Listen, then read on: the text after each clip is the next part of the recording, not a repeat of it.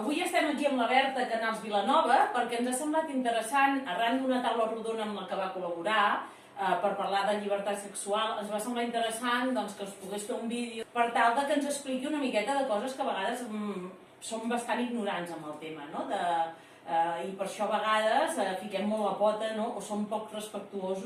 Llavors, la primera pregunta seria, Berta, explica'ns exactament pels ignorants com jo què signifiquen les sigles LGTBI i em sembla que n'hi ha més. Explica'ns. Sí, hola a totes i a tots.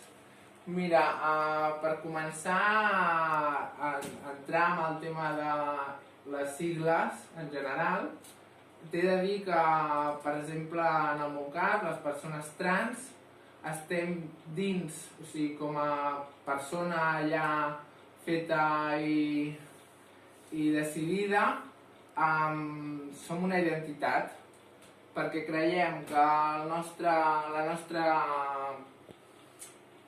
com dir-ho, el nostre pensament està aquí, no està el que hi hagi a sota.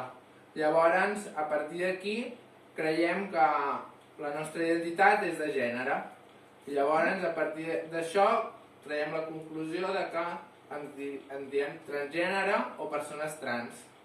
Llavors, a l'estar dins d'un col·lectiu d'orientacions, que són totes les sigles, ens trobem que moltes vegades es confon el que seria més la fantasia que el dia a dia, la realitat de moltes persones trans.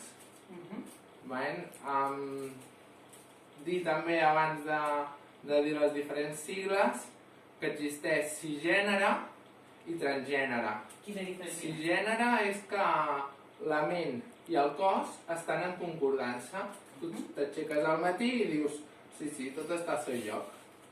Però trans, t'aixeques un dia o te'n vas a dormir i allò que has viscut, dius, allò no m'hi sento així, no em sento identificada, o en el cas contrari dels nois trans no em sento identificat amb aquest cos.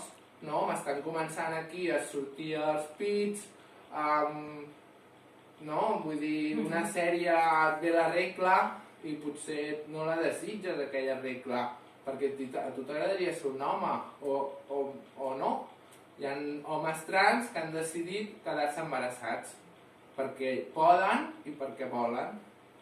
Llavors, bueno, aquí està la societat, si ho arriba a entendre o no, la llibertat dels cossos. Per això estem aquí.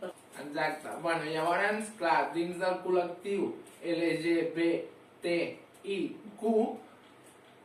podríem posar un més, perquè podríem seguir molt més.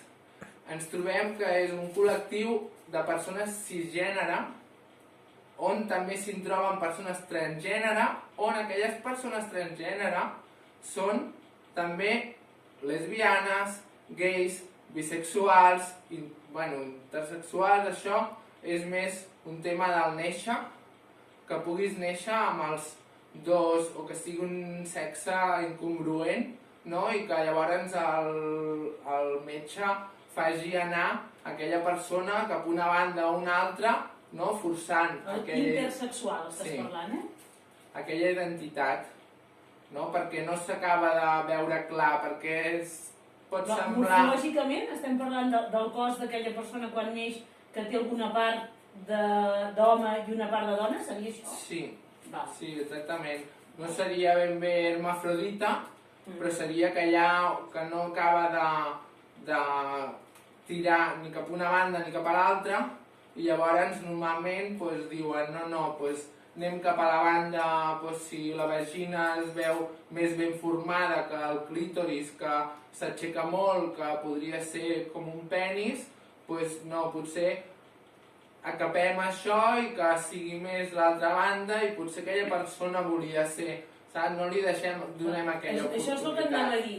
Aquesta persona, si se li fa de petita, pot ser que quan llavors tingui ús de raó, digui, ostres, m'han deixat el cos de dona quan jo m'estic sentint un home, o al revés. Això està passant, per tant, no? Sí, està passant i ha passat. Jo conec un cas en particular que va néixer d'una manera, quan va ser gran va dir jo no em sento així.